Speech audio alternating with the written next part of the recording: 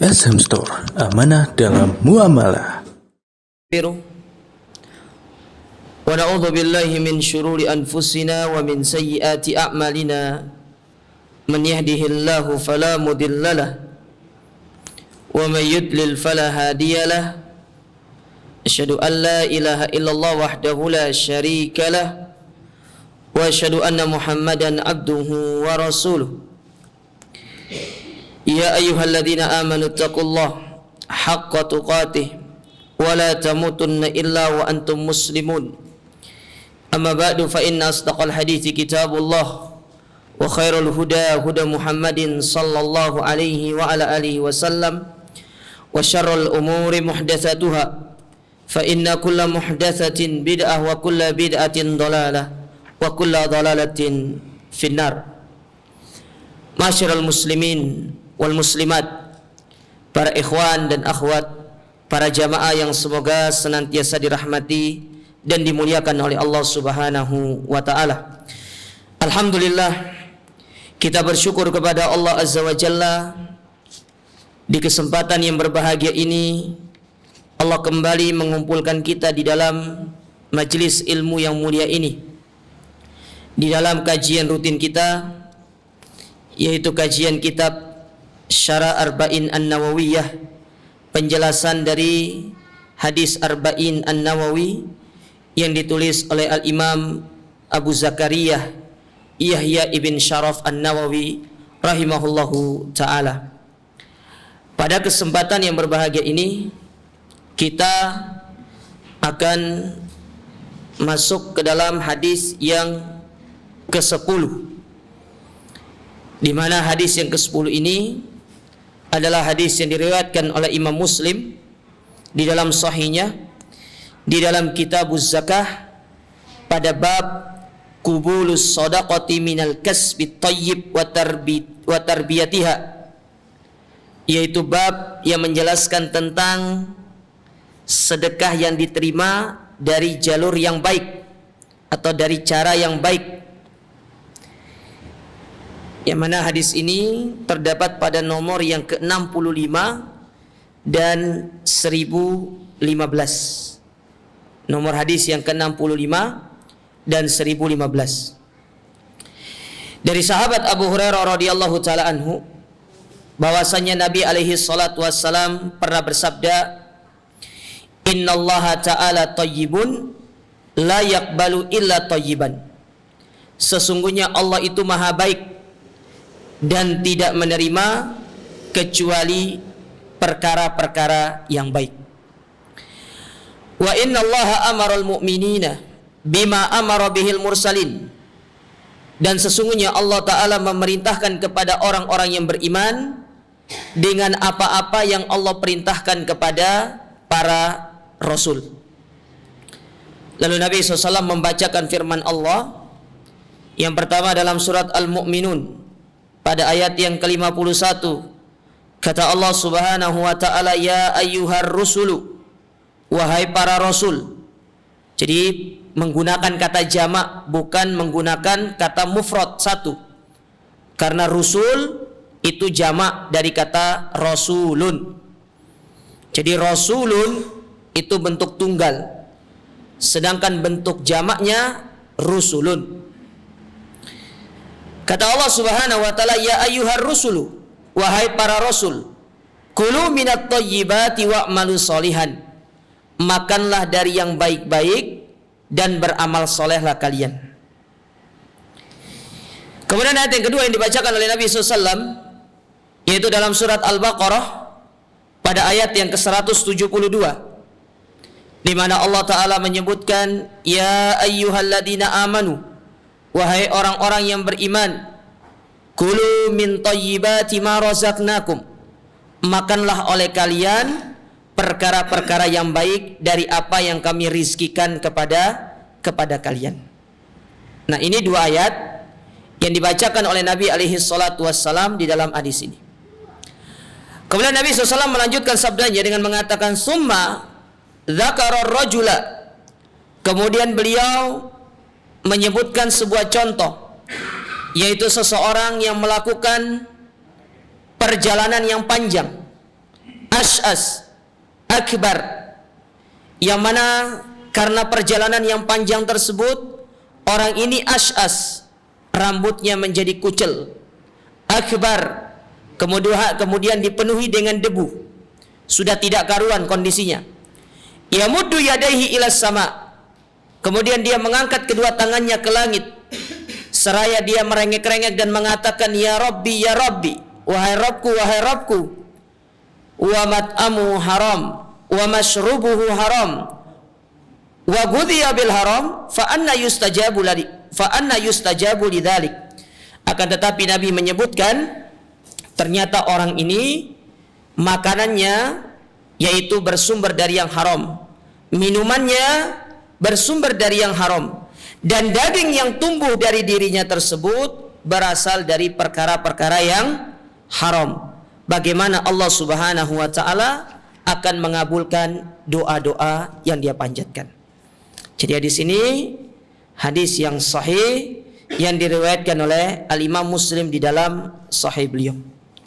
Baik, sekarang kita baca apa yang menjadi syarah dari hadis yang mulia ini.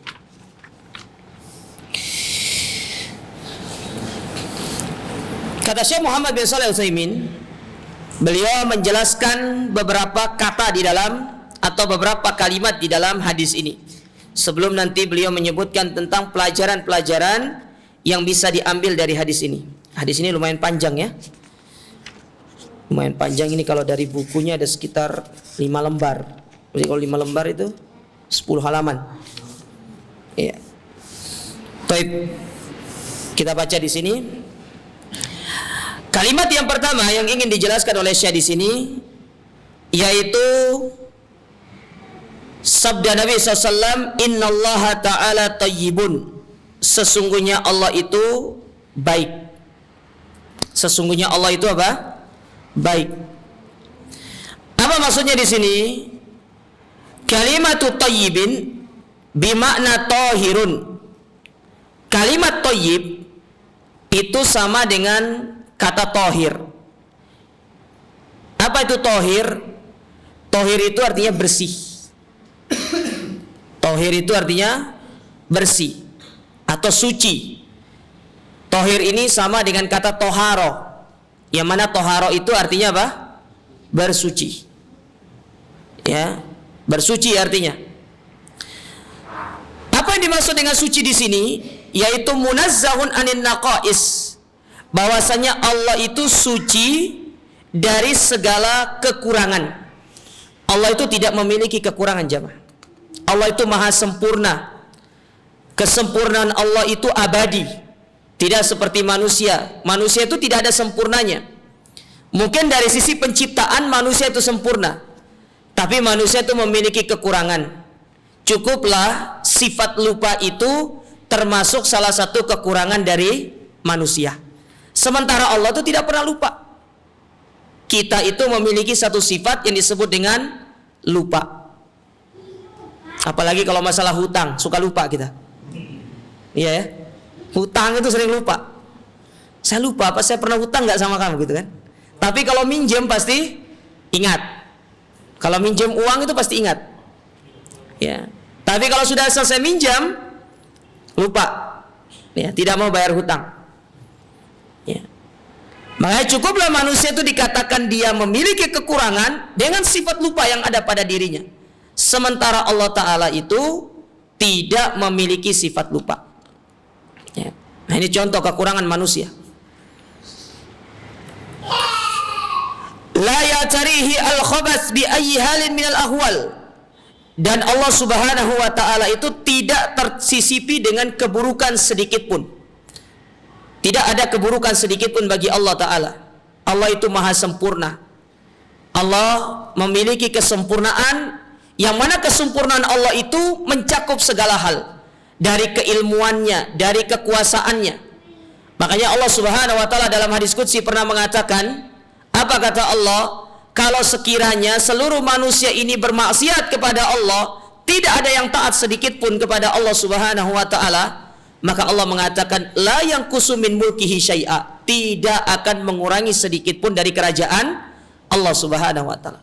Tidak mengurangi sedikit pun.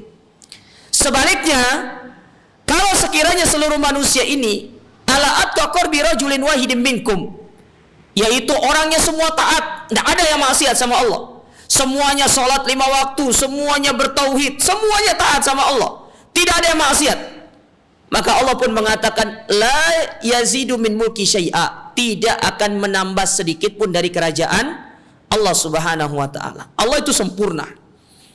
Dan kesempurnaan itu hanya dimiliki oleh Allah Subhanahu wa taala. Adapun makhluk tidak memiliki kesempurnaan. Makhluk itu dipenuhi dengan kekurangan. Meskipun Allah mengatakan di dalam Al-Qur'an tentang penciptaan manusia, yaitu kita dikatakan ahsanut taqwim, Allah menciptakan manusia dalam kondisi yang sempurna, itu dari sisi penciptaan secara fisik. Tapi yang lainnya kita memiliki kekurangan. Makanya tadi saya sebutkan, kata para ulama, cukuplah sifat lupa, itu sudah menjadi salah satu contoh manusia itu adalah hamba yang memiliki kekurangan. Belum kita berbicara sifat-sifat yang lainnya. Ya. Li'anna diddat thayyib huwal khabith, karena lawan dari kata baik itu adalah al-khabith, buruk. Ya, khabith, khabath. Sebagaimana Allah Subhanahu wa taala berfirman di dalam beberapa ayat yang menjelaskan tentang lawan dari kata thayyib itu adalah khabith. Yang pertama dalam surat Al-Maidah pada ayat yang ke-100, kata Allah Subhanahu wa taala, "Qul," katakanlah wahai Muhammad, "la yastawil khabithu wat thayyib." Tidak sama antara keburukan dengan kebaikan, tidak sama. Orang berbuat baik tidak sama dengan orang berbuat buruk. Maka hadis ini, ayat ini sebenarnya ini salah satu bantahan kepada orang-orang Mu'tazilah, yang mana orang-orang Mu'tazilah itu mengatakan amal ibadah itu bukan bagian dari iman. Saya ulangi, orang Mu'tazilah itu punya pemikiran, punya akidah, punya ideologi, amal itu bukan bagian daripada iman. Jadi antara orang yang beramal ataupun tidak beramal, dia tidak akan mempengaruhi keimanan yang ada pada diri seseorang. Sehingga mereka mengatakan apa? Antara imannya Abu Bakar yang rajin beramal dengan pelaku maksiat itu sama, karena amal tidak termasuk bagian daripada iman. Maka kita katakan amal itu bagian daripada iman. Semakin sering seorang itu beramal, semakin tinggi keimanannya di hadapan Allah. Tapi semakin seseorang itu mereka meninggalkan amal, semakin orang itu berada pada level keimanan yang rendah. Makanya dalam definisi para ulama, ketika mereka menyebutkan tentang definisi iman, apa kata para ulama tentang iman? Iman itu adalah ucapan dengan hati, diyakini ucapan dengan lisan, diyakini dengan hati, dipraktekkan dengan anggota badan. Bertambah dengan kita taat, berkurang karena kemaksiatan. Orang beramal bagian daripada ketaatan kepada Allah, meninggalkan amal bagian daripada maksiat kepada Allah Subhanahu wa taala. Maka ayat ini kata para ulama salah satu bantahan kepada orang Mu'tazilah yang mereka mengeluarkan amal itu daripada iman. Atau orang Murji'ah, ada dua di situ. Yang pertama Mu'tazilah dan yang kedua orang Murji'ah. Ya. Antum pernah dengar kelompok Murji'ah? Ya. Kelompok-kelompok yang menyimpang dalam agama itu banyak. Dan itu sudah pernah saya sebutkan kalau tidak salah. Pernah nggak saya sebutkan di sini? 4 kelompok besar pertama. Yang pertama itu Khawarij, yang kedua Syiah, yang ketiga Qadariyah, dan yang keempat Mu'tazilah. Itu 4 besar dari awal munculnya dahulu. Ya. Peradaban Islam, mulai dari peradaban Islam 4 kelompok besar ini pertama muncul. Yang pertama Khawarij tadi. Khawarij cikal bakalnya sudah ada di zaman Nabi, yang dipelopori oleh Zulkhuwaisirah. Kemudian ada Syiah. Syiah itu nanti dibagi cabang-cabangnya. Ada Syiah Imamiyah, ada Syiah Nusairiyah, ya, ada Syiah ini segala macam. Bahkan Syiah itu sendiri kata para ulama dikategorikan sebagai ada Syiah yang memiliki pemikiran Khawarij. Tapi ini bukan bab kita ya. Kenapa kita larinya ke situ? Iya, berat antum ini. Ingatkan saya kalau ke sana. Iya. Ini nanti pelajarannya beda itu. Ya. Tapi nggak apa-apa, nyerempet dikit, ya. Baik. Sedangkan Mu'tazilah, Mu'tazilah itu muncul pada zaman Hasan Al-Basri, ketika murid yang paling senior dari Hasan Al-Basri yang bernama Wasil bin Atha, dia itu mengingkari atau keluar dari pemikiran gurunya Hasan Al-Basri. Ini salah satu dalil tidak semua murid dari para ulama itu menjadi orang baik. Ya, nah semua. Contoh Wasil bin Atha. Wasil bin Atha ini orangnya cerdas, tapi dia memiliki satu kekurangan, tidak bisa sebut huruf ro. Makanya pernah satu ketika ada orang ingin membuli dia, disuruh khutbah secara dadakan supaya dia malu karena dia tidak bisa bilang huruf ro. Maka disebutkan oleh para ulama dari awal khutbah sampai akhir dia tidak menyebutkan huruf ro di dalam khutbahnya itu. Ketika ada huruf ro diganti. Misalkan ketika dia ingin menyebutkan Bismillahirrahmanirrahim, itu diganti Bismillahil Azizil Alim. Minasyaiton, harusnya rojim kan? Nah, diganti, bukan rojim. Minasyaitonil mulim. Nah, gitu. Nggak ada huruf ro-nya. Antum bisa nggak? Yang ada keringat dingin segini mau khutbah tuh. Ya.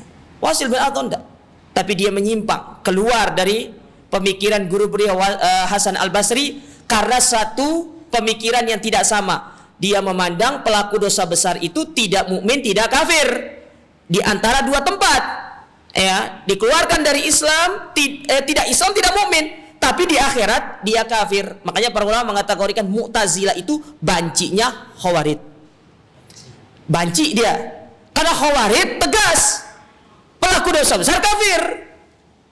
Kalau Mu'tazilah masih haya-haya kitun. Apa haya-haya kitun itu? Malu-malu kucing gitu loh. Iya. Kalau bahasanya orang sono ya, haya-haya kitun. Malu-malu kucing. Ya. Dia tidak mau bilang mukmin, dia mau bilang kafir. Tapi ketika ditanya di mana tempatnya di akhirat, mereka kekal di dalam api neraka. Ya ini orang kafir namanya. Ya. Cuma masih malu-malu kucing. Nah itu orang Mu'tazilah. Kalau Qadariyah beda lagi. Qadariyah itu pertama kali muncul itu di Irak, di daerah Basra. Ya, yang mana itu disebutkan antum baca awal Sahih Muslim itu disebutkan tentang bagaimana awal munculnya kelompok Qadariyah. Namun muncul kelompok yang lainnya, di antaranya Murji'ah yang mereka mengeluarkan amal daripada iman.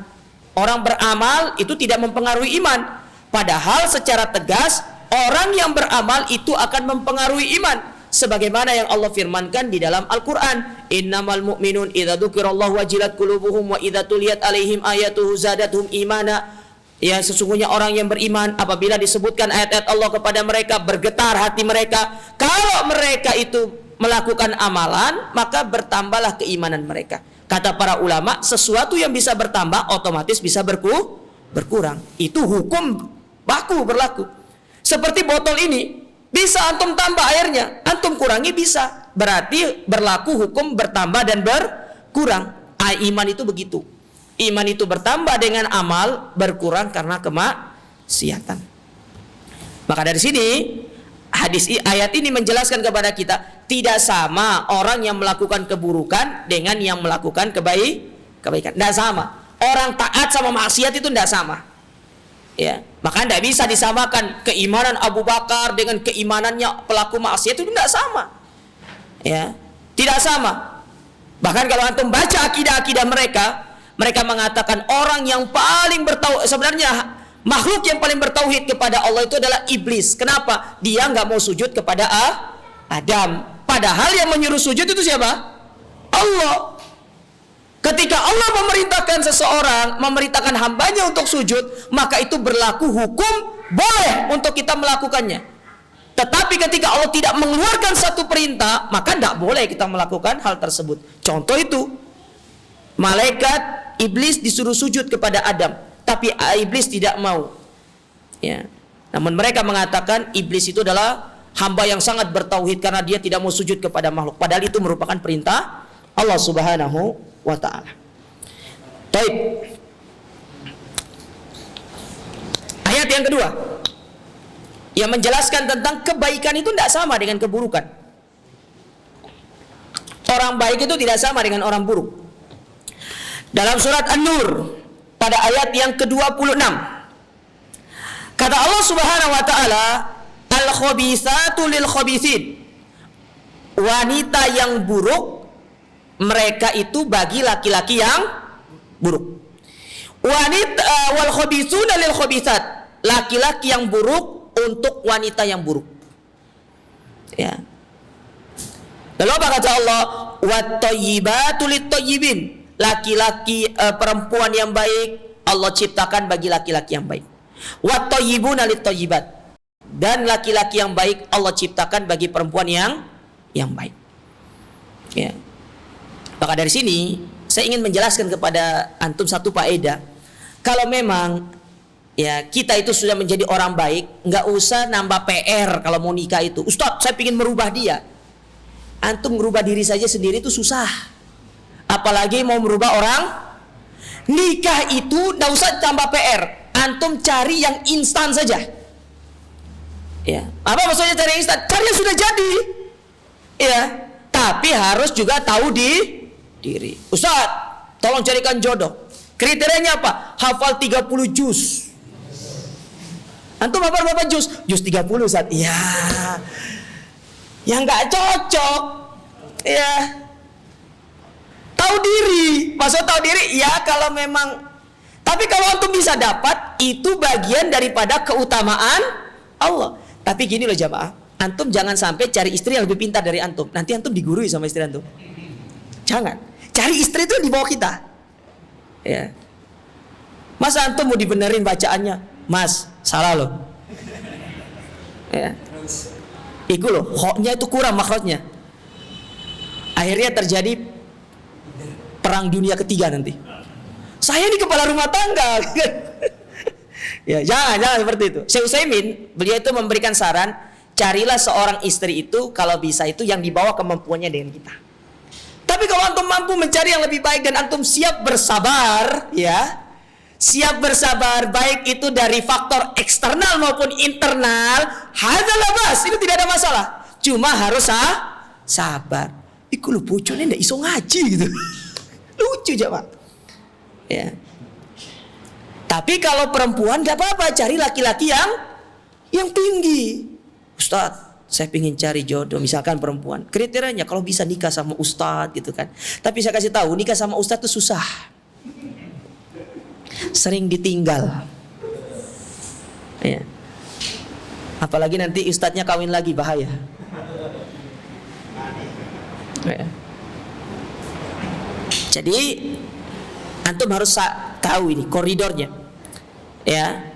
Makanya punya skala prioritas. Nabi memberikan sebuah batas sebuah ancar-ancar kepada kita kalau kita mau nikah itu ada 4 tadi. Ya 4. Cantik, kaya raya, nasabnya bagus, agamanya bagus. Tapi ketika menyebutkan tentang mana yang harus kita prioritaskan, agamanya bagus. Nah, ketika para ulama menjelaskan tentang agamanya bagus, itu pembahasannya panjang lebar. Bukan bagus agamanya itu sekedar ya bagus, yang penting bagus, tidak. Tapi berlaku yang namanya antum harus lihat kemampuan dia. Kalau antum mendapati seorang calon yang waduh dia mungkin dari sisi hafalan dia lebih tinggi, dari sisi pemahaman agama dia lebih tinggi, maka sebaiknya antum cari yang paling tidak selevel ataupun di bawahnya dikit, di bawah antum dikit. Ya. Tapi kalau antum mampu bersabar untuk menghadapi wanita yang lebih kemampuannya daripada antum, maka ini baik buat antum, tidak ada masalah. Yang penting bisa bersabar. Itu aja intinya, sabar. Kalau insya Allah dalam urusan materi duniawi itu luar biasa, antum bisa insya Allah. Tapi yang paling penting itu adalah bersabar menerima segala cobaan ketika antum nanti menikah dengan orang-orang yang memiliki kemampuan lebih daripada antum. Tapi ini tidak, bagi wanita tidak ada masalah. Dia cari suami yang lebih tinggi ilmunya, nggak ada masalah. Karena memang ya kita itu disuruh, apalagi para wanita disuruh untuk mencari imam yang baik untuk mereka. Tapi bukan imam sholat saja ya. Ya. Nanti antum maukah kamu jadi makmumku? Enggak, aku jadi makmumnya imam masjid saja. Ya. Baik. Oleh karenanya jamaah sekalian, pantaskan diri sebelum kita ke sana. Nah, ini 2 ayat yang menjelaskan apa? Baik sama buruk itu tidak sama, tidak bisa disamakan. Itu itu berbeda di hadapan Allah Ta'ala. Tidak sama antara kebaikan dengan keburukan. Ya. Makanya tidak bisa kita samakan. Wa ma'na hadza annahu la yalhaquhu jalla wa ala syai'un minal aibi wan nuqs atau wan naqsi. Maka dari sini kita bisa tahu bahwasanya kekurangan itu, aib itu tidak pantas ada pada Allah Subhanahu wa taala. Makanya Allah menyebutkan atau Nabi menyebutkan di dalam hadisnya tadi, Allah itu baik dan hanya menerima yang baik. Karena Allah tidak suka kepada yang namanya sifat kurang ada pada dirinya. Dan itu ditularkan kepada hambanya. Jangan sampai kekurangan, kerusakan, aib itu ada pada hamba, kemudian hamba itu melekatkan itu kepada Allah nantinya. Ya.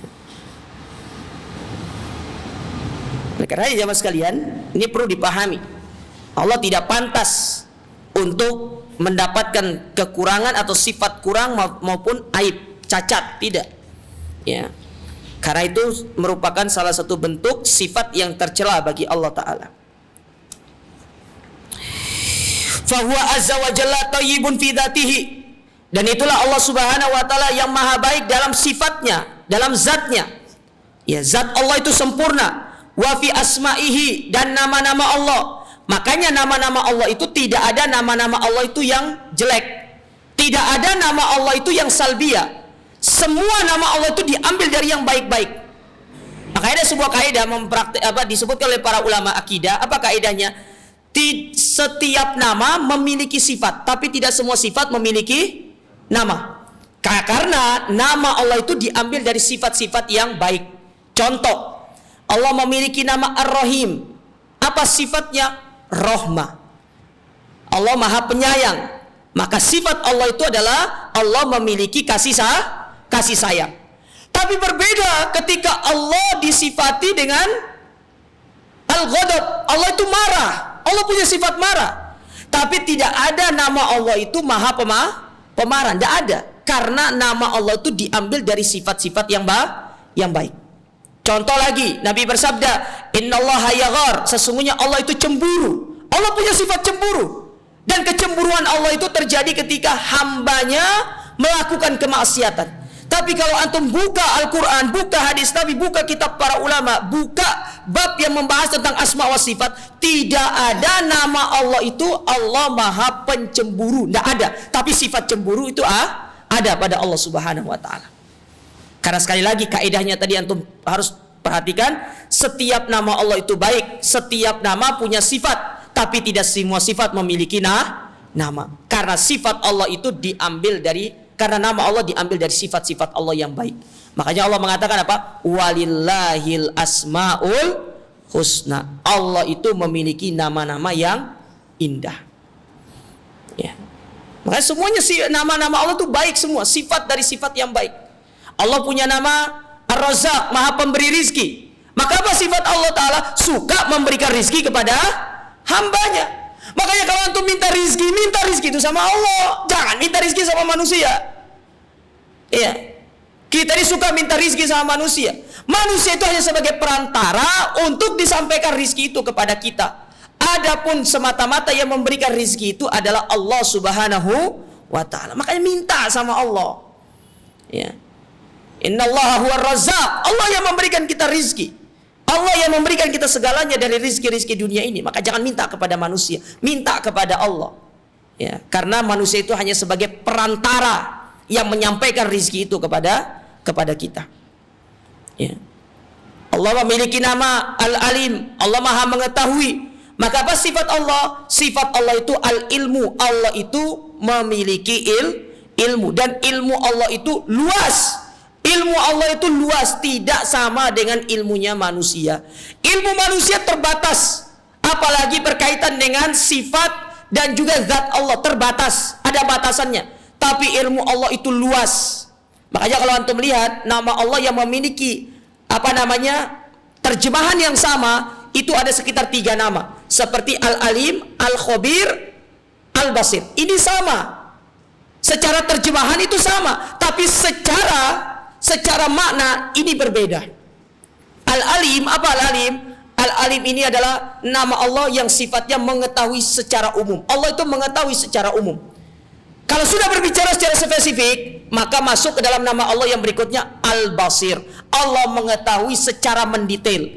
Contoh Allah mengetahui mendetail, kapan terjadinya hujan, di mana, berapa kuantitas hujan itu turun, Allah tahu.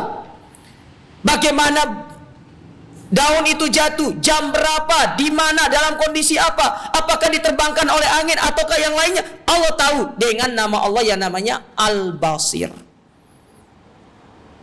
Berbeda dengan manusia. Manusia itu memiliki keterbatasan. Contoh penglihatan, Allah punya penglihatan, yang mana penglihatan Allah Ta'ala tidak ada batasnya. Penglihatan manusia ada batasnya. Di balik tembok ini saja kita tidak tahu apa yang ada, ya, apa yang terjadi di balik tembok ini. Tapi penglihatan Allah itu tidak ada batasnya. Bahkan sampai apa yang ada di dalam hati manusia, Allah pun melihatnya. Seseorang yang melakukan kemaksiatan di tempat yang gelap saja, Allah tahu apa yang dilakukan, karena Allah itu melihat dan pandangan Allah itu tidak ada batasannya. Ya. Makanya kaidahnya tadi apa? Allah itu memiliki nama-nama yang indah. Bahwasanya setiap nama memiliki sifat, tapi tidak semua sifat memiliki nama. Karena sifat-sifat yang baik itulah sumber dari nama-nama Allah yang baik. Dan ini adalah kaidah Ahlus Sunnah di dalam menetapkan nama-nama dan sifat Allah. Dan ingat, sifat Allah itu yang sampai kabarnya kepada kita 99, tapi pada hakikatnya sifat dan nama Allah itu lebih daripada 99. Dan itu yang harus kita imani, jamaah sekalian. Kemudian wa fi ahkamihi, dan Allah itu tidak ada kekurangan dalam hukum-hukumnya. Hukum yang Allah tetapkan tidak ada kekurangan. Berbeda dengan hukum yang ditetapkan manusia. Antum lihat bagaimana hikmah dari Allah menetapkan hukum. Orang mencuri dipotong tangan, ada efek jerah. Tapi orang mencuri kalau bukan dihukum dengan hukum Allah, malah semakin bangga mereka. Ya. Tapi coba lihat hukum Allah, mencuri sampai disop, potong tangan kiri. Curi lagi, potong kaki kanan.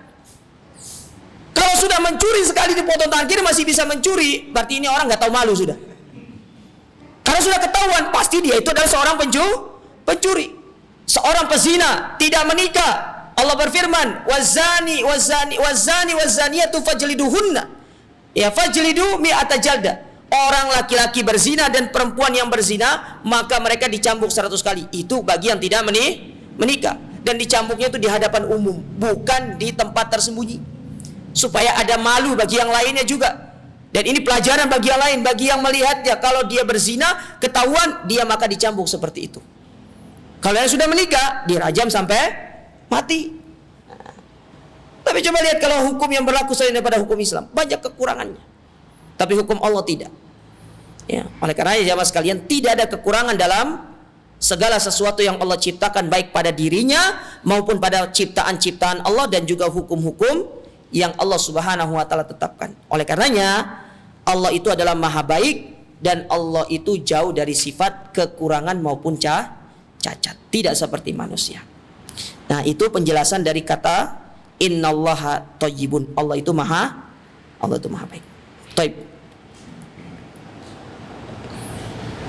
Kemudian kata berikutnya yang ingin dijelaskan oleh Syekh di sini, yaitu sabda Nabi SAW, la yaqbalu illa thayyiban. Sesungguhnya Allah itu tidak menerima kecuali yang baik. Apa maksudnya yang baik di sini? Fahuwa subhanahu wa ta'ala la yaqbalu illa thayyiba minal aqwali wal a'mali wa ghairiha.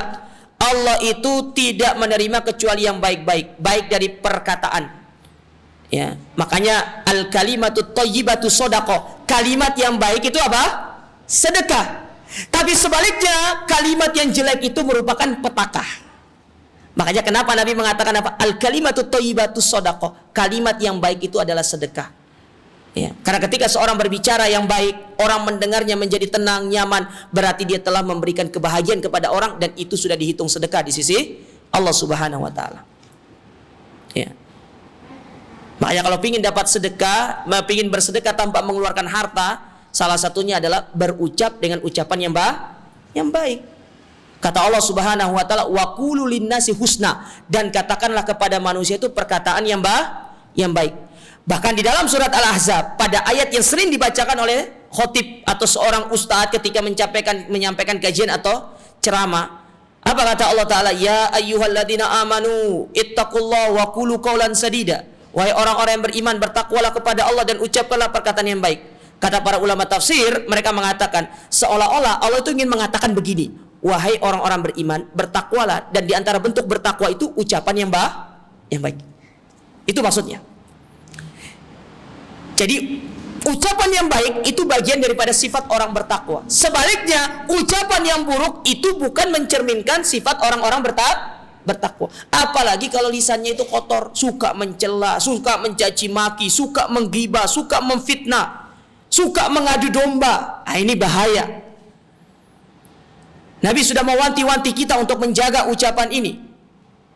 Di mana Nabi SAW pernah berpesan kepada Mu'adz bin Jabal, maukah aku tunjukkan kepada engkau sesuatu yang apabila engkau menjaganya, engkau akan masuk ke dalam surga.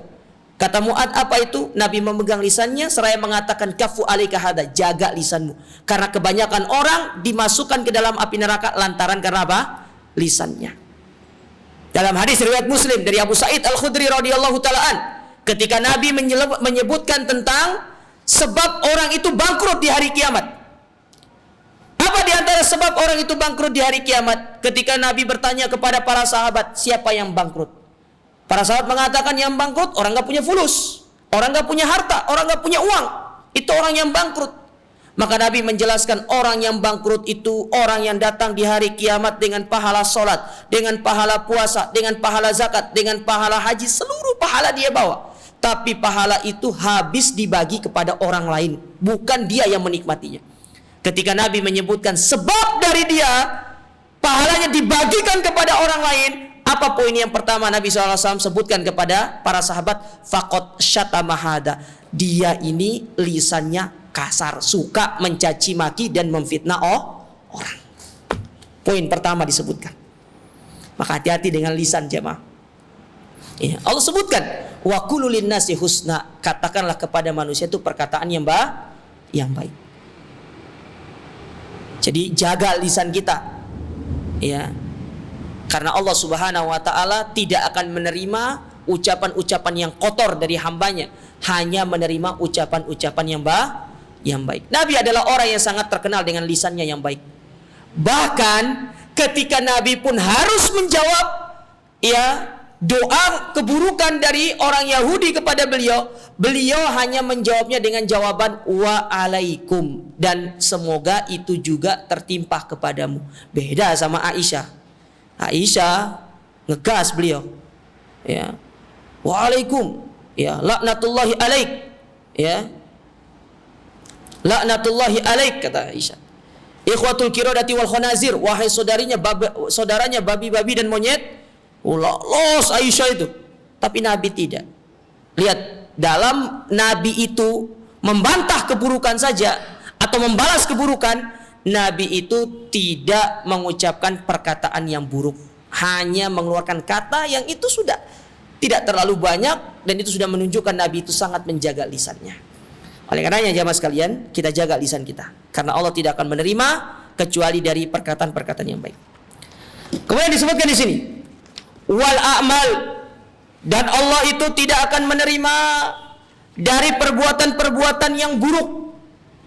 Ya, di antara perbuatan yang buruk, dan ini yang paling buruk, yaitu seorang melakukan perbuatan syirik dan kebid'ahan dalam urusan agama. Itu buruk. Ustaz, mana dalil yang mengatakan perbuatan syirik itu buruk? Allah Subhanahu wa taala berfirman di dalam surat Al-Bayyinah, innal ladzina kafaru min ahlil kitab wal musyrikin fi nari jahannam khalidina fiha ulaika hum syarrul bariyah. Sesungguhnya orang-orang yang kafir dari kalangan ahlul kitab kemudian yang berbuat syirik kepada Allah, sesungguhnya mereka itu kekal di dalam api neraka jahanam, dan mereka itu seburuk-buruk manusia. Kenapa mereka dikatakan seburuk-buruk manusia? Kata para ulama, karena mereka melakukan perbuatan yang paling buruk di atas muka bumi ini, yaitu berbuat syirik kepada Allah. Maka perbuatan yang paling buruk yang tidak akan diterima oleh Allah adalah seorang melakukan perbuatan syirik. Maka coba lihat ayat-ayat yang menjelaskan tentang hukuman Allah bagi orang-orang yang berbuat syirik kepada Allah.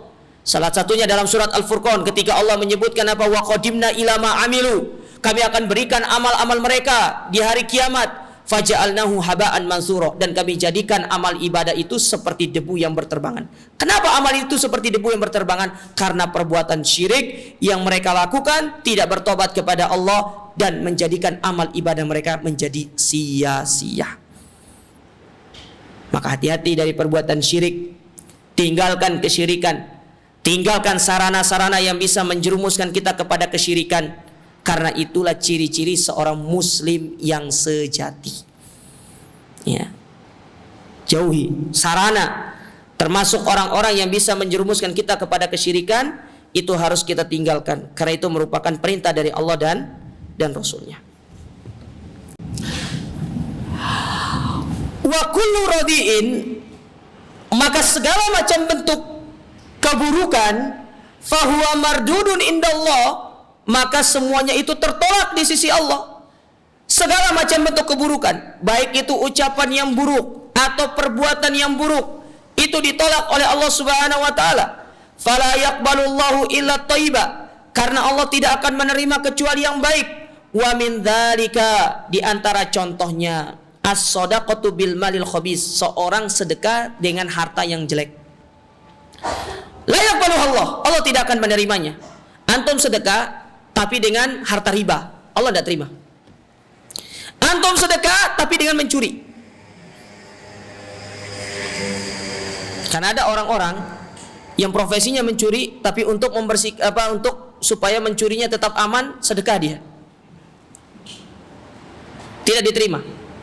Terus Ustadz, gimana kalau ada orang memberikan kita sedekah tapi harta curian?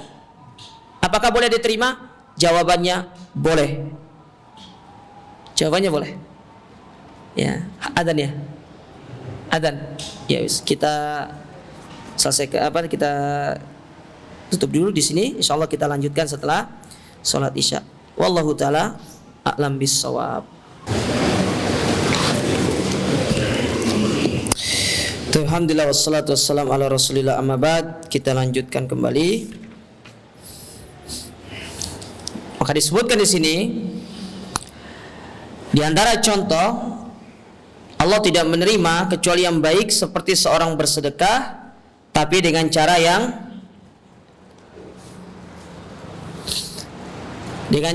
haram atau dengan harta yang haram. Dan kita sebutkan tadi, para ulama menyebutkan kalau ada seorang mencuri kemudian dia bersedekah, maka orang yang bersedekah dengan harta yang mencuri itu dia berdosa. Tapi orang yang menerima sedekah tersebut maka diperbolehkan, ya, maka diperbolehkan, ya, maka ini diperbolehkan. Dan ini disebutkan oleh para ulama. Tapi kalau untuk lebih berhati-hati, kalau kita tidak ingin terkena fitnah, maka tidak usah menerima. Daripada terkena fitnah, ya, maka tidak usah menerima. Tapi kalau orang yang mencuri kemudian bersedekah, maka dia berdosa. La yaqbalu Allah tidak menerimanya. Li'annahu la yaqbalu illa thayyiban, karena Allah tidak menerima kecuali yang baik. Walihada jaa fi haditsin sahih. Oleh karena itu disebutkan di dalam hadis yang sahih yang diriwayatkan oleh Imam Bukhari dan Imam Muslim. Imam Bukhari dan Imam Muslim. Apa kata Nabi SAW? Man tasaddaqa bi idli tamratin min tayyibin, barang siapa yang bersedekah dengan satu korma dan itu dari perkara yang baik, wala yaqbalullaha illa thayyiba, karena Allah tidak menerima kecuali yang baik, fa innallaha ta'ala ya'khudhuha biyaminihi, maka Allah pun akan menerima sedekah tersebut dengan tangan kanannya, wa yurabbiha kama yurabbi ahadukum faluwahu hatta takuna mithlal jabal, dan Allah pun akan menumbuh kembangkan sedekah tersebut sebagaimana salah seorang di antara kalian mengembangbiakkan anak kudanya sampai menjadi seperti gunung. Ini salah satu hadis yang menjelaskan tentang keutamaan sedekah, bahwasanya Allah itu akan mengembangbiakan yang namanya sedekah. Hal ini sama seperti firman Allah Ta'ala dalam Al-Quran,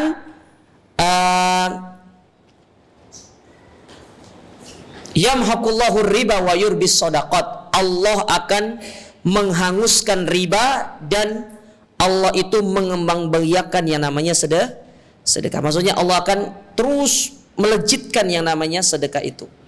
Oleh karena Nabi SAW mengatakan apa? Mana qoso sadaqatun min mal. Tidak akan pernah berkurang harta yang disedekahkan. Mana qoso malun min sadaqah. Tidak akan pernah berkurang harta yang disedekahkan. Antum kalau baca surat Al-Baqarah dalam ayat yang ke-251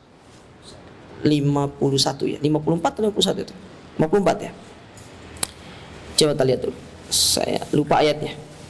Ya. Kata Allah Subhanahu wa taala dalam Al-Qur'an pada ayat yang ke-45. Nah, 45. Allah menyebutkan sedekah itu sebagai sebuah pinjaman. Ya. Jadi Allah yang memberikan kita harta, Allah kita keluarkan harta itu di jalan Allah, kita dikatakan memberikan pinjaman kepada Allah. Dan Allah mengembalikan pinjaman itu dengan berkali-kali lipat. Nah, ini salah satu dalil kata para ulama tentang halalnya riba kepada Allah. Jadi riba itu kita boleh ribahnya kepada Allah, tapi kepada sesama manusia tidak boleh riba. Ini ada riba syar'i. Riba itu bagi dua, syar'i yang haram.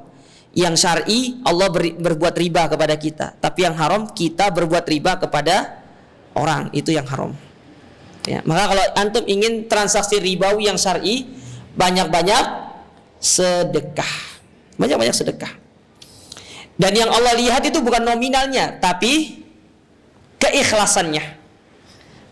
Keikhlasannya. Karena sebagaimana disebutkan oleh para ulama kita, rubba amalin sagirin tukabbirhun niyah, wa rubba amalin kabirin, wa rubba amalin sagirin tukabbirhun niyah, wa rubba amalin kabirin tusaggirhun niyah.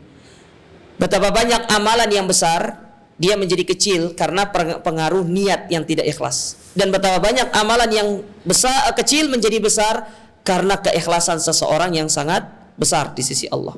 Maka itu pentingnya seorang menjaga keikhlasannya. Baik. Kemudian disebutkan di sini, fattayyibu minal a'mal. Maka perkara yang baik dari amal itu makana khalisan lillah muwafiqan lisyariah. Amal itu dikatakan baik kalau terpenuhi satu, ikhlas, dua, mengikuti sunnah, baru amal itu dikatakan baik. Saat gimana kalau amal itu tidak mengikuti sunnah dan tidak ikhlas, maka amal itu tidak baik. Ya, harus terpenuhi kedua-duanya. Ditinjau dari keikhlasannya, ditinjau dari ketentuan yang telah diajarkan oleh Nabi.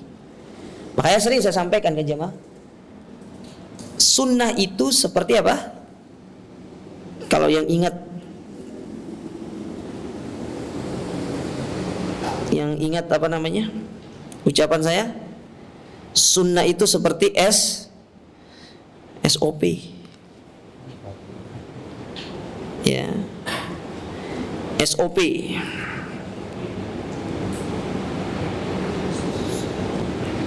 Ya, seperti SOP. Apa SOP itu? Ya, antum kalau bekerja tidak sesuai SOP diterima nggak? Nggak. Sama dengan amal.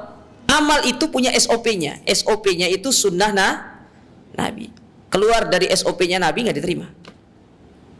Maksudnya begini loh, kalau dalam perkara dunia saja kita sangat benar-benar memperhatikan SOP dalam pekerjaan, apalagi dalam masalah amalan, maka harus lebih utama untuk antum perhatikan.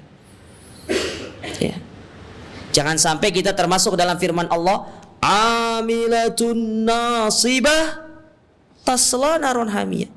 Capek ibadah, lelah, tapi ternyata masuk api neraka. Nah, itu jangan sampai seperti itu. Banyak orang itu lelah ibadah, capek. Sebenarnya ayat ini ya Itu pernah ada kisahnya. Terjadi di zaman Umar. Umar ketika jadi khalifah, kan biasa kebiasaan Umar itu keliling kan. Keliling malam hari untuk melihat keadaan rakyatnya. Makanya kan banyak kebijakan-kebijakan Umar itu dikeluarkan itu pada saat dia mendapati kasus di malam harinya.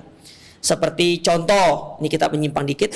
Umar pernah membuat sebuah kebijakan, pasukan yang bertugas itu tidak boleh lebih daripada 3 bulan. Kenapa? Istrinya kangen. Istrinya kangen. Makanya pasukan itu maksimal 3 bulan. Kalau sudah 3 bulan, dinasnya suruh pulang dulu. Karena suatu malam Umar tuh pernah lewat di sebuah rumah, mendengar seorang wanita mengatakan apa? Kalau aku tidak takut Allah, tidak takut akan sebuah dosa, niscaya ya ranjang ini akan senantiasa bergerak setiap malamnya. Ditanya sama Umar, itu sopo? Ya, dia fulana. Di mana suaminya? Lagi bertugas di Yarmuk. Mana Yarmuk itu? Romawi sana, Syam. Perang Yarmuk itu loh. Lagi bertugas di sana. Sudah berapa lama? Oh, sudah sekian bulan. Kirim surat, suruh pulang. Kebijakan baru Umar mengeluarkan apa? Umar mengeluarkan kebijakan baru, pasukan yang bertugas dinas keluar itu maksimal berapa bulan? 3 bulan. Nah, gitu. Nah, sama kayak ayat ini, Umar pernah mengucapkan ayat ini. Salah satu sebabnya apa? Dilihat satu malam ada pendeta Yahudi itu datang dari satu rumah ke rumah berikutnya itu mengetok pintu untuk berdakwah supaya orang masuk ke dalam agama Yahudi. Ketika dilihat, Umar diam Umar, merenung. Lalu ditanya sama ajudannya, kenapa kok diam wahai Amirul Mukminin? Kata Umar, aku ingat firman Allah Ta'ala, amilatun nasibat tasla naron hamiyah. Ada orang-orang di dunia ini capek bekerja, lelah bekerja, tapi ternyata kerjanya itu tidak menjadikan dia masuk surga, tapi justru masuk api neraka. Salah satu sebabnya beribadah tidak sesuai sunnah. Ya. Makanya kata para ulama, ya, sebagaimana disebutkan oleh sebagaimana disebutkan oleh sahabat Abdullah bin Mas'ud, iktisad fis sunnah khairun minal ijtihad fil bid'ah. Biasa-biasa dalam beramal tapi sesuai sunnah itu lebih bagus daripada antum semangat tapi tidak sesuai sunnah. Karena sudah jelas, yang sesuai sunnah pasti diterima, yang tidak sesuai sunnah tidak akan diterima. Ya. Kalau yang biasa-biasa saja sesuai sunnah diterima, apalagi yang semangat luar biasa. Namun kadang-kadang kita dapati banyak orang yang sudah ngaji tapi suka menggampangkan. Kita dahulu sebelum mengenal hidayah, kita adalah orang yang semangat dalam beramal, padahal kita tahu kita berada di atas kejahilan dahulu. Tapi kenapa kok kebiasaan itu tidak bisa dibawa ketika mengenal sunnah, jemaah? Kenapa tidak bisa dibawa? Apa alasannya?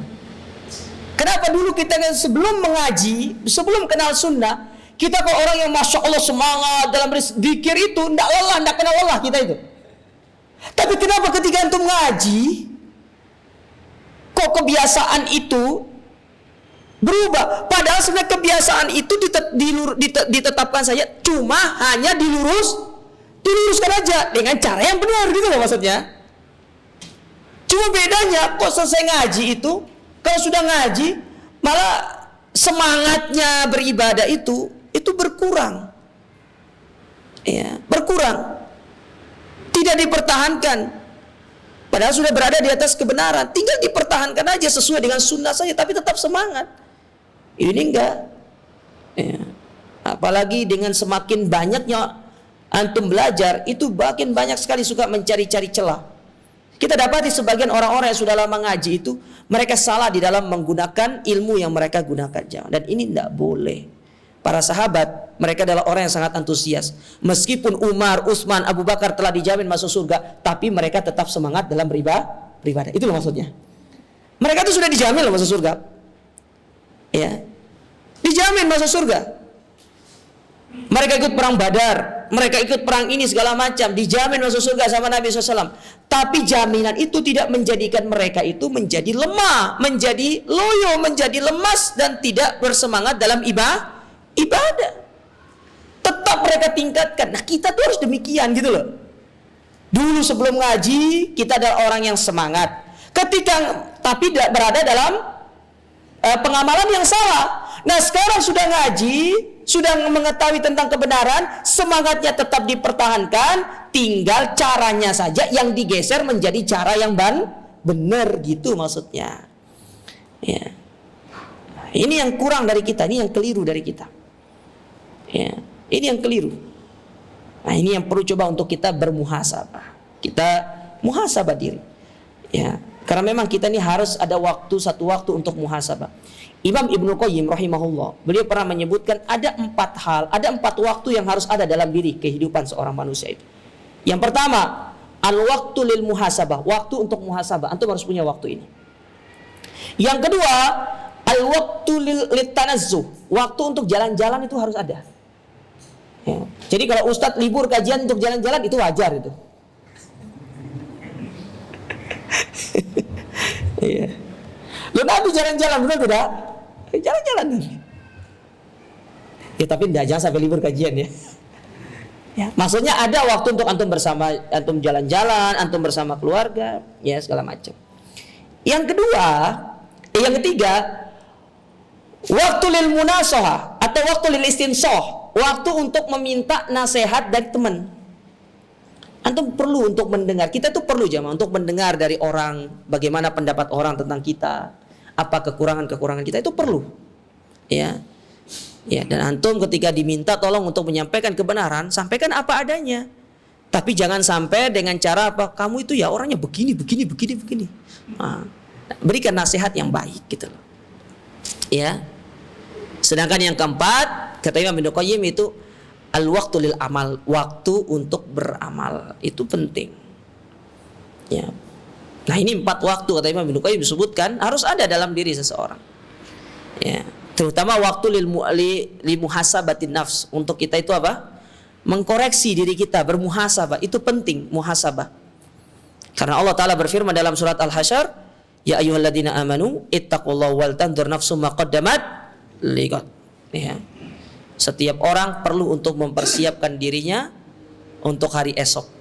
Maksudnya hari esok itu ada 2 pengertiannya. Hari esok yang benar-benar hari esok itu setelah hari ini, atau hari esok yang kedua yaitu hari kiamat. Nah itu disebutkan oleh para ulama. Thayyib. Jadi amal yang baik itu kalau terpenuhi berapa hal tadi? 2. Ikhlas dan mengikuti sunnah.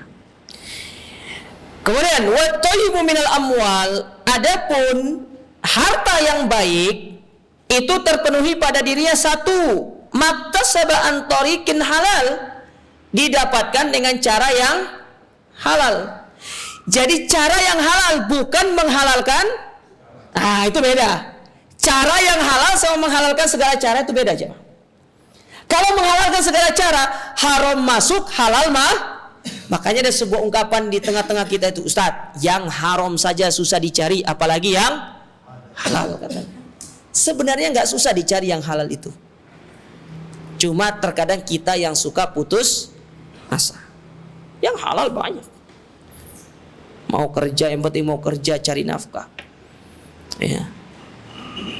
Rizki Allah itu luas, tidak pernah habis. Antum lihat ikan di laut itu, sejak zaman Nabi Adam sampai hari ini tidak pernah berkurang ikan itu. Ada nggak ceritanya ikan laut habis gitu? Yang ada itu di warung makan ikannya habis. Ya. Tapi di laut ikan itu tidak pernah habis, nggak pernah habis ikan itu. Antum melihat perahu perahu nelayan itu di tengah laut itu berapa banyaknya?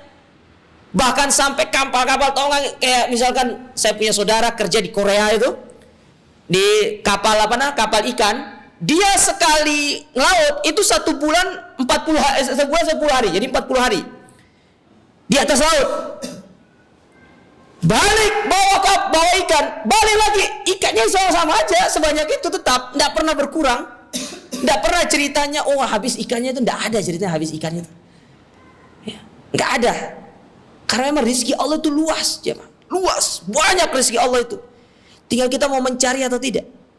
Makanya coba antum perhatikan surat Al-Jumu'ah ketika Allah katakan apa? Wa idza qudiyatis shalah fantashiru fil ard. Kalau kalian sudah selesai sholat, selesai ibadah, maka bertebarlah di atas muka bumi.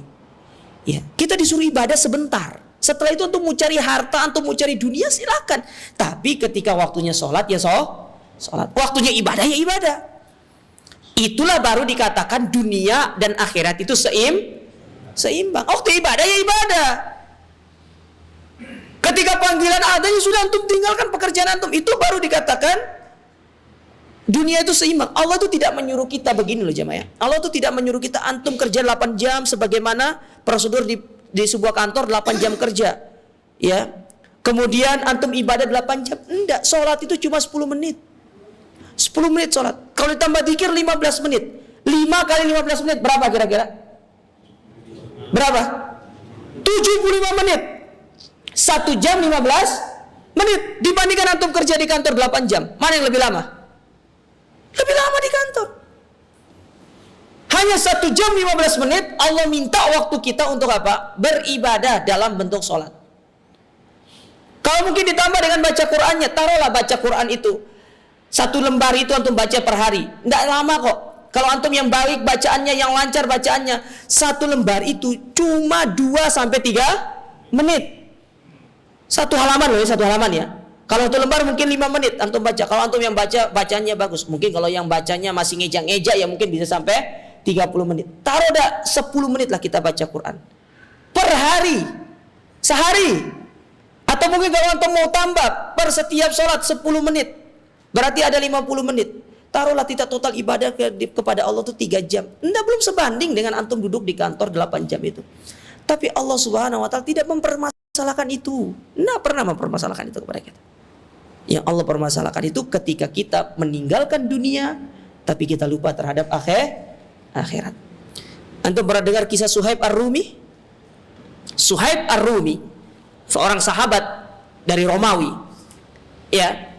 Ketika Suhaib Ar-Rumi ini ingin berhijrah ke kota Madinah, dia jalan membawa anak panah, membawa pedangnya. Di tengah jalan dia diikuti oleh pasukan oleh orang-orang Mekah. Apa kata Suhaib Ar-Rumi? Ente maju, tak tembak. Kata Suhaib Ar-Rumi. Ya, orang-orang Romawi kan terkenal suka perang. Ya. Mantan orang Romawi, mantan tentara. Ente maju, tak tembak. Anak panah habis, aku masih punya pedang. Ya, aku sudah tinggalkan seluruh hartaku di kota Makkah untuk kalian. Jangan ganggu aku. Kalau kalian mau ambil hartaku, ambil. Tapi biarkan aku pergi ke kota Madinah.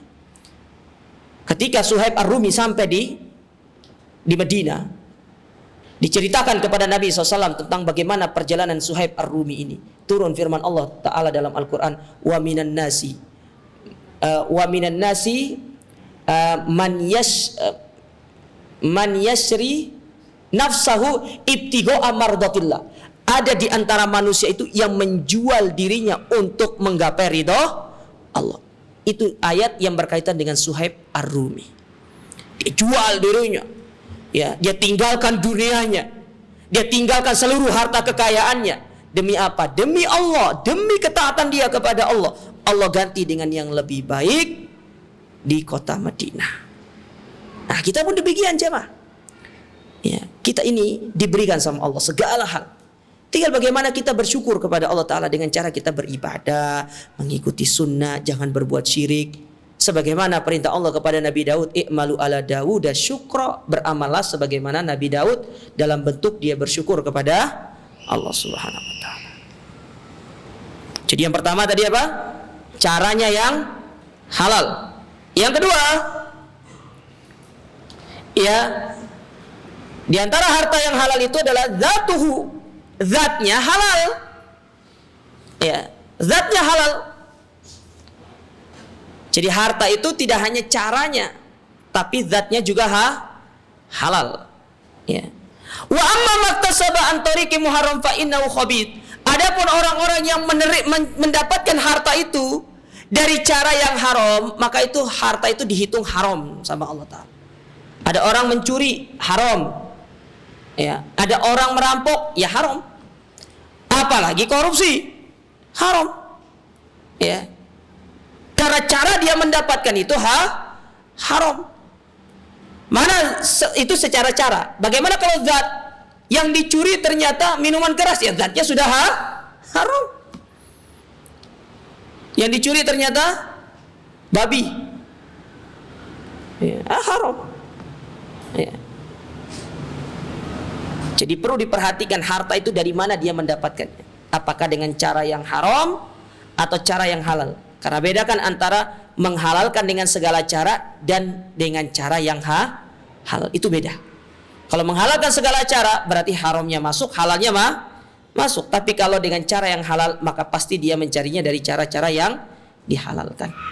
Oleh karenanya masyarakat muslimin, Nabi SAW pernah mengingatkan kita terkait masalah harta ini, untuk kita benar-benar baik di dalam menggunakan harta. Kata Nabi SAW dalam hadis yang diriwayatkan dari Abu Barzah Aslami dan juga dari Abdullah ibnu Mas'ud radhiyallahu taala anhu, Nabi bersabda, la tazalu qadama abdin yaumal qiyamah hatta la tazulu qadama abdin yaumal qiyamati hatta yus'ala an arba. Sesungguhnya kedua kaki anak Adam tidak akan bergeser di hari kiamat sampai dia ditanya 4 hal. Salah satu dari 4 ini Nabi bersabda, an malihi min aina iktasabahu wa fima anfaqah.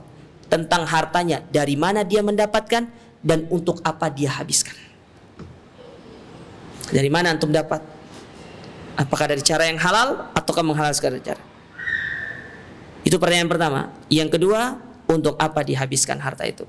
Apakah dengan infak di jalan Allah ataukah kita dengan berfoya-foya? Ya. Karena harta manusia itu bagi dia hanya dari 3 hal. Yang pertama, apa yang dia makan. Yang kedua, apa yang dia pakai. Dan yang ketiga, apa yang dia infakkan. 3. Ini bagian kita dari harta. Yang antum makan jadi kotoran, itu bagian antum. Yang antum pakai kemudian dia rusak. Sekarang kalau kita pakai baju belum rusak antum kasih orang, berarti itu bukan harta antum lagi, milik orang lain. Itu dikatakan milik antum sampai rusak antum pakai. Kalau belum rusak antum kasih orang, berarti rizki antum dalam masalah pakaian itu hanya sampai di situ dan sisanya milik orang lain. Adapun milik kita sejatinya itu kita pakai sampai rusak. Sedangkan yang ketiga tadi, yang kita sudah infakkan, itu punya kita. Adapun yang kita timbun, kita tumpuk di bank, aset yang berupa tanah, berupa bangunan, semua itu bukan punya kita. Itu menjadi milik ahli waris. Ahli waris. Istri, anak seminggu paling nangis itu. Setelah itu sudah mulai berpikir bagaimana untuk membagi harta gonogi ini. Bagi harta gonogi. Sudah tidak ada lagi nangis bapakku, suamiku. Mungkin bedanya kalau istri ditinggal sama suaminya, istri masih bisa bertahan hidup sendiri. Tapi kalau istri meninggalkan suaminya, maka suami mungkin berpikir untuk kawin lagi. Tidak sanggup hidup membujang. Ya, itu bedanya. Hadza huwa. Taib, ini yang dimaksud dengan apa? Allah tidak menerima yang buruk kecuali yang baik-baik. Saya tambah lagi 1 ya. Insyaallah masih cukup waktunya. Kemudian Nabi SAW bersabda, wa inna allaha amaral mu'minina bima amara bihil mursalin. Sesungguhnya Allah itu memerintahkan orang-orang yang beriman seperti perintah yang Allah turunkan kepada para rasul. Apa maksudnya hadis ini atau ucapan ini? Ta'liyatul lisya'nil mu'min. Ungkapan ini menunjukkan tentang pemuliaan Allah kepada orang-orang yang beriman. Allah itu memuliakan orang-orang yang beriman. Makanya Allah katakan dalam surat Al-Bayyinah, innal ladzina amanu wa amilus shalihat ulaika hum khairul bariyah. Orang-orang yang beriman dan beramal soleh itu sebaik-baik makhluk. Maka di sini antum tidak perlu ragu jamaah sekalian, karena sering ada pertanyaan kepada kita begini, Ustadz, mana yang lebih baik? Mukmin yang memiliki sifat yang buruk atau orang kafir tapi punya sifat yang baik? Jawabannya, mukmin yang sifatnya buruk itu tetap lebih baik daripada orang kafir meskipun memiliki akhlak yang baik. Karena yang menjadi barometer utama itu bukan akhlaknya dulu, tapi keimanannya kepada Allah. Hanya itu tidak perlu ragu.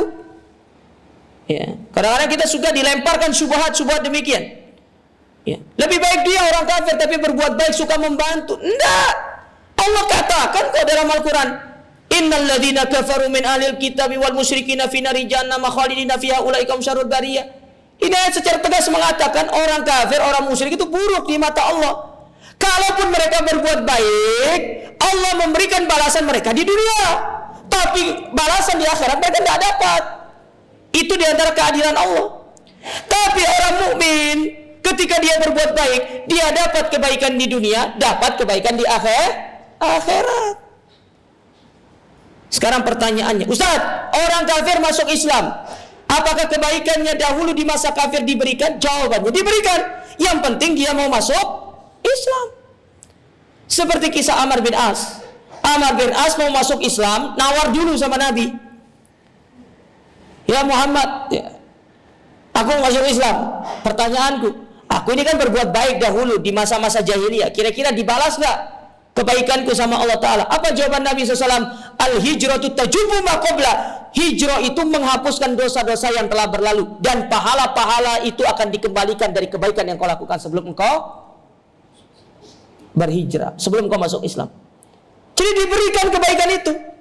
Karena pada hakikatnya jemaah sekalian, pahala itu ngalir kepada orang-orang kafir itu, tapi ada penghalangnya. Penghalangnya itu apa? Kekufurannya. Ketika dia mengangkat kekufuran ini, pahala itu ngalir lagi kepada dia. Itulah maksudnya. Faham nggak maksudnya? Ya. Jadi sebenarnya Allah itu memberikan pahala, memberikan dua, pahala kebaikan, tapi yang sampai kepada dia itu di dunia balasan kebaikannya. Pahala untuk akhirat itu tertahan dulu. Ada sing nahan gitu loh. Dia mandek dise, itulah. Dia belum ngalir. Apa yang menghalanginya? Kekufuran dia itu. Andaikan kekufuran ini diangkat dengan dia beriman, pahala itu ngalir kepada dia, diberikan. Dan itu dikuatkan oleh Imam Ibnu Qayyim rahimahullah. Sama kayak contoh orang iman berinfak tapi riya. Hukum asalnya pahala itu nyampe kepada dia, tapi yang menyebabkan pahala itu tertahan karena riyanya. Sehingga tatkala dia mencabut riya itu dari hatinya, dia mengikhlaskan hatinya kepada Allah Ta'ala, dia tahu riya itu tidak boleh, maka pahala tadi yang berhenti gara-gara riya, diangkat riyanya, mengalirlah pahala itu kepada dia. Nah, itu dia. Ya. Faham ya maksud saya? Ya. Makanya kenapa orang beriman itu tetap lebih baik? Karena pahalanya secara langsung dia. Ya, tidak ada mandeknya, tidak ada berhentinya. Beda dengan orang kafir, beda dengan orang yang berbuat syirik sama Allah Subhanahu wa taala. Ya, nah ini antum tidak boleh ragu. Tetap orang mukmin itu jauh lebih baik daripada orang, seburuk-buruk orang mukmin tetap lebih baik di mata Allah daripada sebaik-baik orang kafir. Ini harus antum yakini, dan ini akidah Ahlus Sunnah. Terkadang syubhat datang dari orang-orang liberal, orang-orang yang tidak senang kepada agama ini, yang ingin memecah belah umat Islam ini, datangkan syubhat-syubhat seperti itu. Dan terkadang kita tidak memikirkan dengan dalil, hanya berpikir secara perasaan. Makanya agama itu tidak boleh pakai perasaan, jemaah. Boleh pakai perasaan, tapi mengedepankan dalil terlebih dahulu, baru perasaan. Andaikan agama itu dengan perasaan, kata Ali bin Abi Thalib, maka ketika kita berwudu, kemudian membasuh bagian sepatu kita, maka yang bawah itu lebih utama daripada bagian atas. Tapi tatkala kita berwudu dengan menggunakan sepatu, bagian ataslah yang kita usap, bukan bagian bawah. Ya, Islam itu bukan dengan perasaan, ya, bukan dengan rasa, tapi dengan dalil. Ya, dengan dalil Islam itu. Ya, bukan hanya sekedar dengan feeling, tapi benar-benar dengan pendapat dan benar-benar dengan pijakan yang kuat. Itu insyaallah kita lanjutkan pada pertemuan berikutnya. Ya, kita masih membahas tentang penjelasan dari kata-kata dari hadis yang mulia ini. Itu sampai di sini. Ada yang mau bertanya? 1-2 orang mungkin. Silakan Pak. Itu dulu. Waalaikumsalam warahmatullahi wabarakatuh. Saya mau menanyakan tentang masalah takdir. Apa? Takdir. Iya. Kalau masalah rezeki kita di dunia kan sudah ditentukan ribuan tahun yang lalu sebelum kita lahir. Tapi sementara nasib kita nanti di akhirat itu ada firman Allah ya di Al-Hadid 21 menyatakan berlomba-lombalah kamu. Berarti seolah-olah apakah benar Nabi nasib kita nanti di akhirat memang semua manusia nggak bisa masuk surga dengan amalnya, tapi dengan rahmatnya. Tapi untuk mencapai tingkatan yang tertinggi itu belum tentu tergantung dari usaha kita saat di dunia ini. Apakah benar begitu? Terima kasih. Iya, terima kasih atas pertanyaan. Tolong dikasihkan hadiahnya. Iya. Pertanyaan ini itu sama dengan yang pernah ditanyakan oleh sahabat Nabi SAW kepada Rasul. Pada suatu ketika Rasul SAW ditanya tentang oleh para sahabat, ya Rasulullah, bukankah penduduk surga itu telah ditetapkan siapa, bukan penduduk neraka telah ditetapkan siapa? Kenapa kok kita tidak menunggu takdir saja? Kalau memang kita dimasukkan surga, ya sudah pasti dimasukkan surga. Kalau memang kita dimasukkan neraka, ya sudah kita dimasukkan api neraka. Maka apa jawaban Nabi SAW? Nabi SAW mengatakan apa? I'malu fakullun muyassar liman khuliqala. Beramallah karena kita tidak tahu akhir dari kehidupan kita. Semoga dengan amal yang kita lakukan kita termasuk penghuni surga. Jadi dalam amal itu ada sebuah harapan kita kepada Allah supaya kita ini termasuk orang-orang yang ditakdirkan masuk ke dalam surga. Itu yang pertama. Yang kedua, benar amal itu tidak bisa menjadikan kita memasukkan dalam surga. Maksudnya begini, kalau kita mau head to head ya istilahnya ya, mau apa ya bahasanya, mau benar-benar adil gitu amal yang kita lakukan untuk kita bawa supaya masuk surga. Pertanyaannya, dari seluruh amal yang antum lakukan ini jamaah, antum yakin ikhlas sama Allah? Antum yakin enggak? Sekarang kita berbicara sholat. Coba antum sebutkan dari 20 tahun antum sholat, berapa sholat yang antum khusyuk dalam sholat antum? Sementara salah satu sebab diterimanya sholat itu adalah khusyuk. Orang khusyuk sholat itu. Belum kita berbicara yang kedua nanti, tumanina. Betapa banyak di antara kita itu kalau sudah sholat injury time itu pasti tidak ada tumaninanya. Sementara tumanina itu rukun sholat. Ya. Kalau kita mau benar-benar hanya dengan amal untuk masuk ke dalam surga, amal itu tidak mampu membeli surga. Tapi ada perkara yang bisa menjadikan kita masuk ke dalam surga, yaitu dengan rahmat. Dan salah satu bukti rahmat Allah kepada kita itu adalah kita dimudahkan untuk beramal. Artinya ketika kita dimudahkan untuk beramal oleh Allah Ta'ala, berarti Allah sudah menghendaki kita mendapatkan rahmatnya, dan bisa jadi itu sebab kita dimasukkan ke dalam surga. Kalau hanya sekedar amal saja, tidak bisa. Nabi mengatakan kalau amal itu tidak bisa. Tapi yang menyebabkan kita masuk surga karena rahmat. Nah, rahmat Allah diantaranya adalah kita dimudahkan beramal di dunia. Itu bagian daripada rahmat Allah. Kalau bukan karena rahmat Allah, kita tidak akan mampu untuk bisa beramal. Ya, maka sekali lagi, karena kita tidak tahu tentang takdir kita, makanya Nabi menyuruh kita untuk terus beramal. Karena dalam amalan itu ada sebuah doa dan harapan supaya kita termasuk penghuni surga. Yang kedua, di antara bentuk rahmat Allah Ta'ala kepada kita, yaitu kita dimudahkan beramal. Dengan dimudahkannya beramal, berarti Allah menghendaki kebaikan kepada kita, dan bisa jadi itu sebab dimasukkan ke dalam surga. Itu maksudnya. Oke, bisa dipahami nggih, Pak? Ya, itu maksudnya. Dan ini sudah pertanyaan pernah ditanyakan oleh para sahabat kepada Nabi Shallallahu Alaihi Wasallam. Yang terakhir, monggo Pak. Disebutkan Allah itu pencemburu. Iya. Setiap kali hambanya melakukan kemaksiatan. Maksudnya bagaimana? Ya, cemburu apa seperti manusia itu? Iya, maksudnya secara sifat itu sama, tapi secara prakteknya itu tidak sama gitu loh. Manusia kan cemburu kalau melihat suami, misalkan wanita ya, cemburu tidak senang. Cemburu kan tidak senang, ya tidak nyaman, ya tidak ridho kalau suaminya melakukan selingkuh misalkan, atau suaminya itu ya, atau sebaliknya suaminya itu mungkin berhubungan dengan wanita yang lain. Istrinya tidak senang, istrinya cemburu, istrinya tidak ridho. Allah pun demikian. Allah itu tidak ridho, tidak senang kalau hambanya melakukan perbuatan maksiat. Ya, cemburu Allah Ta'ala. Artinya dalam kecemburuan Allah itu ada yang lebih kita taati daripada Allah. Karena orang yang melakukan ketaatan, ya karena orang yang melakukan amalan meninggalkan maksiat itu pada hakikatnya dia taat sama Allah. Tapi kalau ada di antara kita yang meninggalkan amalan tapi lebih condong kepada kemaksiatan, berarti kita itu taat kepada selain Allah, yaitu taat kepada mungkin syaitan, taat kepada hawa nafsu. Karena pada hakikatnya yang menyebabkan kita itu terjatuh dalam kemaksiatan, yang pertama bisikan syaitan, dan yang kedua adalah hawa nafsu kita. Berarti kalau kita melakukan maksiat, berarti kita itu lebih tunduk kepada hawa nafsu kita dan kepada syaitan, bukan tunduk kepada Allah. Kalau kita tunduk kepada Allah, berarti kita menjauhkan maksiat dan melakukan ketaatan. Itu yang dimaksud dengan sabda Nabi, Nabi Allah itu cemburu, dan cemburunya Allah itu ketika hamba mendekati maksiat. Berarti ada yang kita taati selain Allah, yang lebih untuk kita ikuti selain Allah, karena kita melakukan maksiat tersebut, yaitu bisa hawa nafsu kita ataupun bisikan syaitan yang ada dalam diri kita.